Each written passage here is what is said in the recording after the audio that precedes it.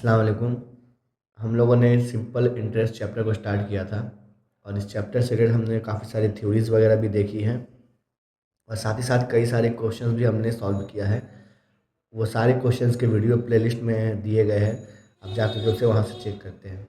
कुछ क्वेश्चन और बचे हुए हैं, आइए उसे डील करते हैं। इस क्वेश्चन में रहमत चाचा ने एक मकान बनाने के लिए 12% वार्षिक सरल ब्याज दर से 2,40,000 रुपये क्या किए बैंक से उधार लिए हैं और उधार लेने के 1 साल बाद वे मकान बनाकर उस मकान को 5200 रुपये प्रति माह की दर से भाड़ा पर लगा दिए हैं और मकान से जो भाड़ा उठ रहा है उस भाड़ा से क्या कर रहे हैं, वो अपना बैंक का लोन को चुका रहे हैं। तो वे बताना है वे कितने वर्ष में बैंक का ऋण को चुका देंगे। तो हम मान लेते हैं कि रहमत चाचा x वर्ष में बैंक का ऋण को चुका देंगे। माना रहमत चाचा x वर्ष में बैंक का ऋण चुकाएंगे, बैंक का ऋण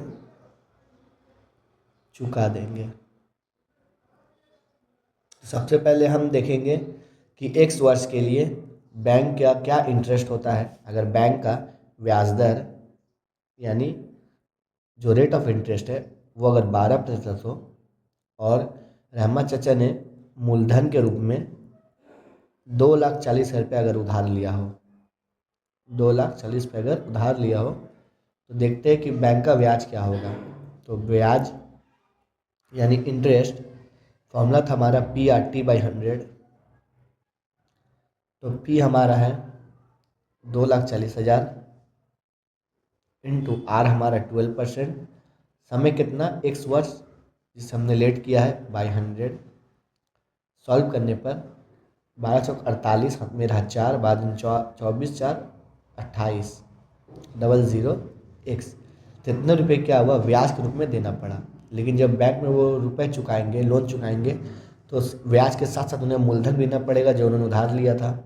तो बैंक को चुकाया गया मिश्र धन, जो अमाउंट बैंक को चुकाया गया मिश्र धन, वे टोटल इतना रुपये क्या करेंगे चुकाएंगे, अमाउंट प्रिंसिपल प्लस इंटरेस्ट। हमारा उन्होंने मूलधन लिया था 2,40,000 रुपया बैंक से उधार लिया था, प्लस मिश्रधन और ब्याज के रूप में उन्हें 28,801 रुपया चुकाना है। तो कुल जो हो गया, अगर दोनों को सम कर देंगे तो अमाउंट इतना रुपये उन्हें चुकाना पड़ेगा। यही रुपया वो क्या कर रहे हैं भाड़ा के रूप में वसूल रहे हैं। लेकिन यहाँ पर जिस वो अगर x वर्ष के लिए लोन लिए हैं तो 1 साल बाद क्या क्या किए हैं भाड़ा को वसूलना स्टार्ट किए। 1 वर्ष बाद, लोन लेने के 1 वर्ष बाद, यानी भाड़ा वसूलने का जो वर्ष रहेगा वो x-1 वर्ष रहेगा। उसे लिख लेते हैं, भाड़ा उठाने का कुल समय, उठाने का कुल समय तो क्या रहेगा x-1 वर्ष। क्वेश्चन में हमारा ऊपर में जो वो भाड़ा वसूल रहे वो प्रति माह उठा रहे 5200 रुपया और यहाँ पर हमारा वर्ष है, तो हम इसे 12 से अगर मल्टीप्लाई कर दें तो ये भी क्या माह में कन्वर्ट हो जाएगा, यानी 12 गुना x-1 माह। सबसे पहले हम देख लेते हैं इस 12 गुना x-1 माह के लिए वे कितना रुपये भाड़ा वसूल रहे हैं। तो क्वेश्चन में दिया है कि एक माह का जो भाड़ा है वो कितना है, वो है 5200 रुपये। तो इसलिए 12 गुना x-1 माह का जो भाड़ा हो जाएगा 5200 गुने 12 गुना x-1। इसे गुना करें तो बाद में 24 2 12 25 8 2 62 00 इंटू x-1। इसे और सॉल्व कर लेते हैं और गुना कर दें तो 62400x माइनस 62400, ये भी क्या है रुपए के रूप में आएगा भाड़ा। मतलब इतना इन्होंने भाड़ा वसूला है और इसी पैसा को वसूल करके वह बैंक को अमाउंट के रूप में इतना दिया है। यानी अगर अकॉर्डिंग टू क्वेश्चन जाए तो ये दोनों क्या हो जा रहा है, इक्वल हो जा रहा है। Therefore 62400 x minus 62400 equal to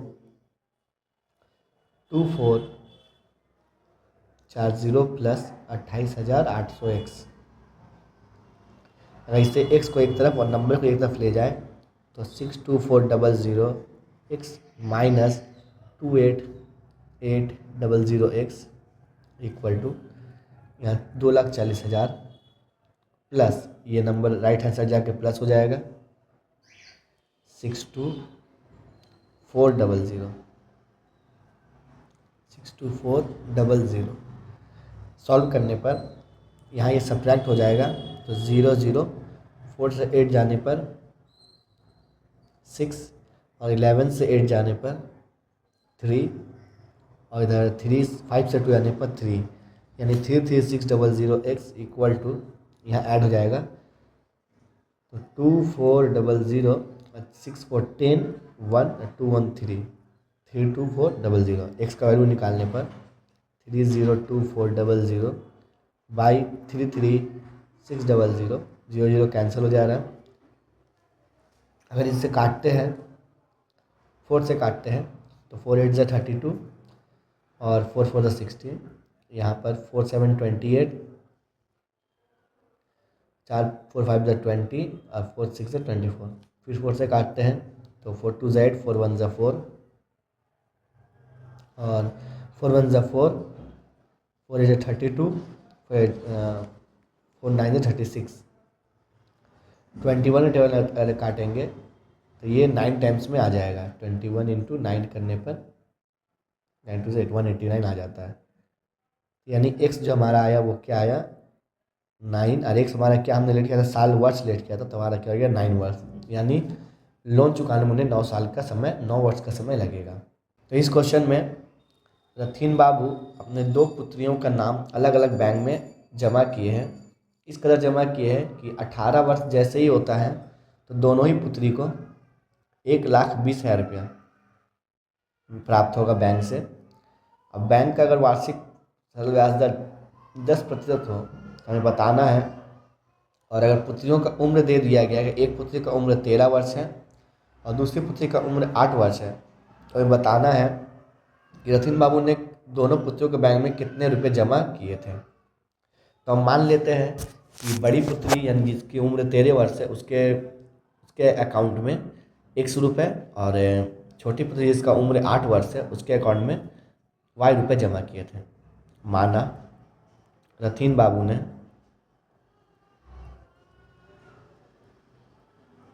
बड़ी पुत्री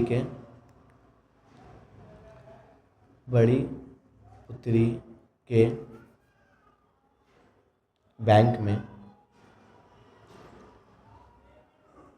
100 रुपये जमा किए एवं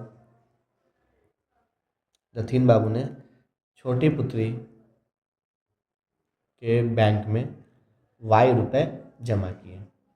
किंतु 18 वर्ष के बाद दोनों को क्या जो मिश्रधन में रहेगा यानी अमाउंट के रूप में 1,20,000 रुपया मिलना है। और तो यहाँ पर सबसे पहले देखते हैं कि किसके पास कितना समय है। जो बड़ी पुत्री है उसका उम्र अगर 13 वर्ष है तो 18 वर्ष तक पहुँचने में उसे और 5 साल लगेंगे और छोटी पुत्री जिसका उम्र 8 वर्ष है तो उसे 18 साल तक पहुँचने में उसे 10 साल लगेंगे। यानी बड़ी पुत्री के लिए 5 वर्ष का मिश्रधन हमें देखना पड़ेगा 1,20,000 हो और छोटी पुत्री के लिए 10 वर्ष का मिश्रधन क्या हो 1,20,000 हो। तो बड़ी पुत्री के लिए समय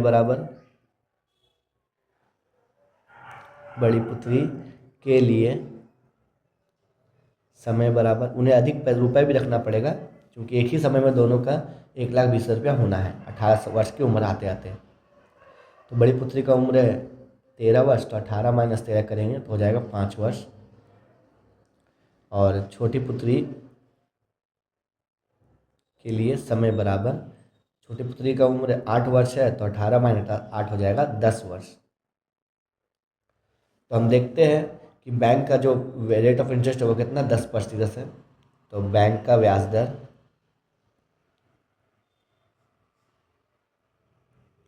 कितना है 8%।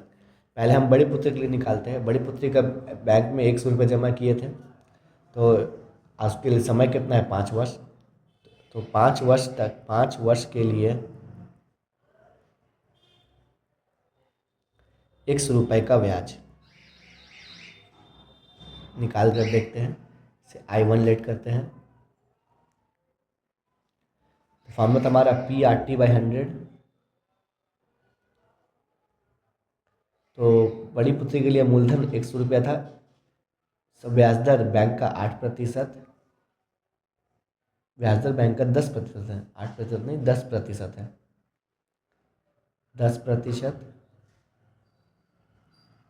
और समय है इसके लिए 5 वर्ष। बाई 100 काटने पर 5×10 यानी x/2 रुपये। लेकिन अगर मिश्रधन निकालेंगे, इसलिए मिश्रधन निकालेंगे तो वो x/2 प्लस 100 रुपये आएंगे, क्योंकि उन्होंने 100 रुपये जमा किए थे। यही कितना है? यही है 1,20,000 रुपये, जो 5 साल के बाद उसे मिलने वाले हैं। तो 1,20,000 सॉल्व करने पर इसे नीचे एलसीएम अगर लेते तो एलसीएम 2, तो भाग करने पर गुना करने पर x + 2x = 1240। 3x = यहाँ 2 इधर जाके गुना हो जाएगा तो बाद 24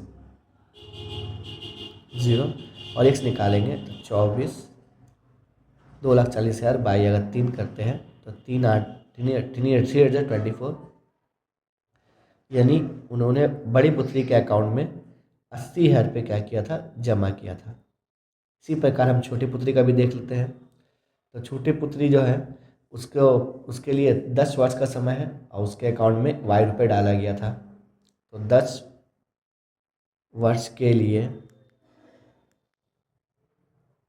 10 वर्ष के लिए y रुपये का ब्याज यानी इंटरेस्ट जो कि है I2, तो वो हो जाएगा PRT/100।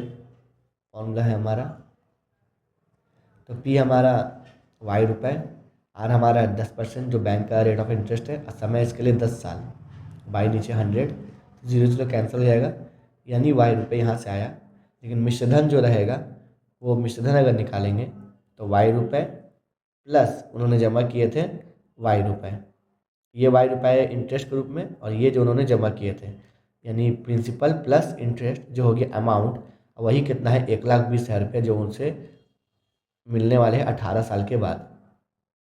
तो सॉल्व करने पर 2y = 1,20,000 रुपये और y निकालेंगे तो 12,40,40/2 काटने पर 6,000 रुपये, सॉरी 6 नहीं 60,000 रुपये। तो y = क्या आया? 60,000 रुपये। यानी बड़ी पुत्री के अकाउंट में 80,000 रुपये जमा किए और छोटी पुत्री के अकाउंट में 60,000 रुपये क्या किया? जमा किए। और दोनों को ही अगर बैंक से 10% का रेट ऑफ इंटरेस्ट मिलता है तो दोनों को ही 18 साल के बाद उनके अकाउंट में 1,20,000 रुपये हो जाएंगे। और MCQ का पहला नंबर क्वेश्चन देखें तो यहाँ बोल रहा है रेट ऑफ इंटरेस्ट कितना? 8% है। मूलधन अगर P रुपये है और समय अगर T वर्ष है तो I क्या होगा? तो ब्याज यदि I रुपये है तो एक रिलेशन हमें दिया है। तो हम जानते हैं अगर रेट ऑफ इंटरेस्ट R हो, मूलधन P हो और समय T हो, तो अगर हम ब्याज अगर निकाले I ब्याज, तो I बराबर में फॉर्मूला क्या था? PRT/100, मूलधन P, rate of interest R और समय T। तो यहाँ से रिलेशन देखें तो PRT = क्या आ जाएगा? 100 × I, जो कि ऑप्शन नंबर C है। अगला MCQ में कि एक मूलधन है, उसको एक निर्दिष्ट सरल ब्याज दर से 20 वर्ष में क्या हो जा रहा है? 2 गुना हो जा रहा है, डबल हो जा रहा है। अब बोल रहा अगर उसी रेट ऑफ इंटरेस्ट से वह कितने साल में 3 गुना हो जाएगा? तो यहाँ 2 बार करना है। सबसे पहले हमें तो रेट ऑफ इंटरेस्ट निकालना है और उस रेट ऑफ इंटरेस्ट का हेल्प ले करके हमें फिर समय निकालना है। तो मान लेते हैं कि जो रेट ऑफ इंटरेस्ट वो क्या R है शुरुआत में, माना ब्याज दर बराबर R%। मूलधन क्या हो रहा है? 20 वर्ष में 2 गुना हो जा रहा है। तो शुरुआत का जो मूलधन है वो P है, 20 वर्ष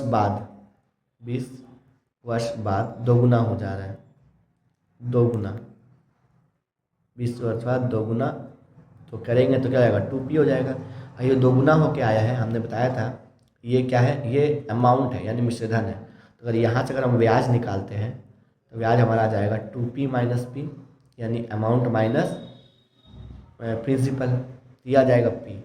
तो अगर सबसे पहले हम r निकालते हैं तो r इक्वल टू फॉर्मूला था 100 बाई p इंटू टी, बैठाते हैं तो 100 हमारा आया है p, मूलधन हमने p लेट किया था और समय है यहाँ पर 20 वर्ष, काटने पर 5, यानी रेट ऑफ इंटरेस्ट क्या आ रहा है, 5% आ रहा है। अब इसी का हेल्प लेकर हमें समय निकालना है। तो रेट ऑफ इंटरेस्ट 5% आ गया है। अब बोल रहा कितने साल में वो 3 गुना होगा, तो 3 गुना मूलधन, 3 गुना रुपये बराबर, पहले अगर p है तो 3 गुना यानी 3p, तो ये अगर यहाँ से इंटरेस्ट निकालेंगे ब्याज तो हो जाएगा 3p माइनस p यानी 2p। अगर यहाँ समय निकालते हैं तो समय का फॉर्मूला होता है t बराबर 100 into I by p into R. तो 100 इंटू आई कितना हमारा 2p बाई p हमने p लेट के, आर हमारा है 5%, काटने पर 5 से 20 आएगा और गुना करने पर 40, यानी 40 वर्ष का क्या लगेगा, समय लगेगा। तो ऑप्शन नंबर यहाँ पर सी। अगले MCQ में मैं बोल रहा कोई मूलधन है वो 10 वर्ष में 2 गुना हो गया है, तो वार्षिक सरल ब्याज दर यहाँ पर निकालने के लिए बोला है। तो मान लेते हैं मूलधन, माना मूलधन क्या, यानी प्रिंसिपल p लेट करते हैं, 10 वर्ष बाद 2 गुना होता है, 10 वर्ष बाद 2 गुना हो जाता है, 2 गुना हो जाता है, तो यानी 2p। तो ये है, ये निकल गया हमारा अमाउंट। अगर हम इंटरेस्ट यहाँ से निकालते हैं ब्याज, तो हमारे क्या हो जाएगा 2p माइनस p, जो क्या आएगा p रुपये, और यहाँ से समय दे दिया है जो है 10 वर्ष, समय बराबर 10 वर्ष।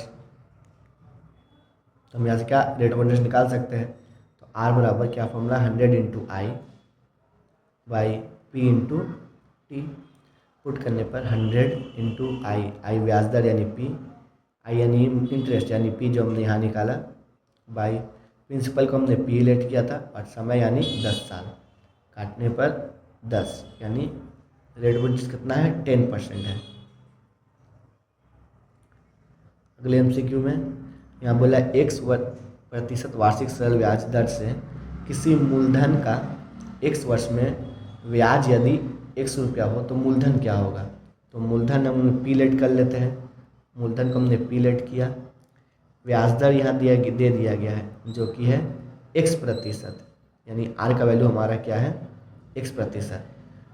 समय भी यहाँ दे दिया है, समय क्या है यहाँ पर x वर्ष है, और मूलधन भी, और यहाँ पर ब्याज दे दिया है यानी इंटरेस्ट दे दिया है, इंटरेस्ट जो कि कितना वो है x रुपये। तो हमें मूलधन निकालना है, तो हमें मूलधन का फॉर्मूला पता था, तो p equal to 100 into I by R into T. तो 100 इंटू आई हमारा है x बाई आर भी हमारा है x और टी भी हमारा x, तो ये काटने पर जाएगा 100 बाई x रुपये। ये ऑप्शन नंबर ये भी सी है। अगले क्वेश्चन में यहाँ 8% वार्षिक सरल ब्याज दर है, बोला कोई मूलधन का इन वर्ष में ब्याज इतना दे दिया है, तो मूलधन का मान क्या होगा। ये भी बिल्कुल ऊपर जैसे ही क्वेश्चन है। यहाँ ब्याज दर जो कि r% है, जो कि r जो दिया है जो कि r% ही है, मूलधन जिसे हम p लेट करते हैं वो यहाँ दे दिया है, नहीं मूलधन तो निकालना है, यहाँ समय दे दिया है, समय यानी n वर्ष, और ब्याज दे चुका है जो कि इंटरेस्ट ये है PNR बाई 25। मूलधन निकालना है, तो हमें मूलधन का फॉर्मूला पता है p equal to 100 into I by T into R, ये r इंटू टी।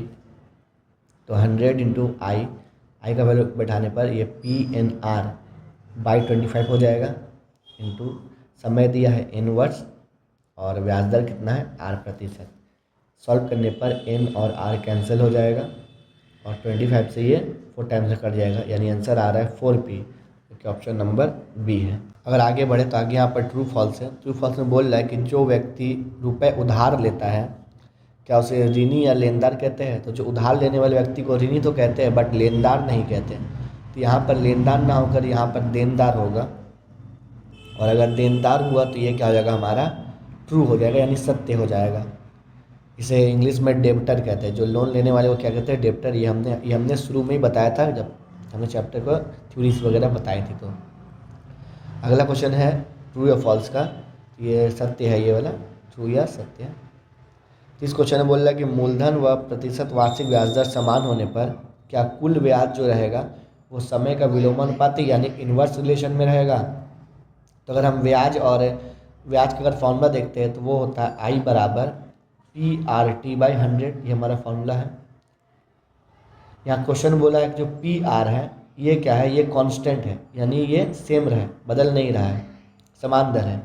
तो आई के संग यानी ब्याज के संग जो समय है ये क्या विलोमानुपाती है, तो नहीं, ये फॉल्स हो गया, क्योंकि यहाँ हमारा रिलेशन में आई के संग टी क्या है समानुपाती में है। यानी अगर समय बढ़ता जाएगा तो ब्याज भी क्या होगा बढ़ता जाएगा। तो ये क्या है, ये हमारा फॉल्स हो गया, यानी ये असत्य है। इस वीडियो में इतना ही, और कुछ क्वेश्चंस बचे हैं, इन्हें हम अगले वीडियो में लेकर आते हैं। और अगर इससे रिलेटेड आपसे कुछ प्रॉब्लम है तो आप कमेंट कर सकते हैं। मिलते हैं अब, तब तक के लिए अल्लाह हाफ़िज़।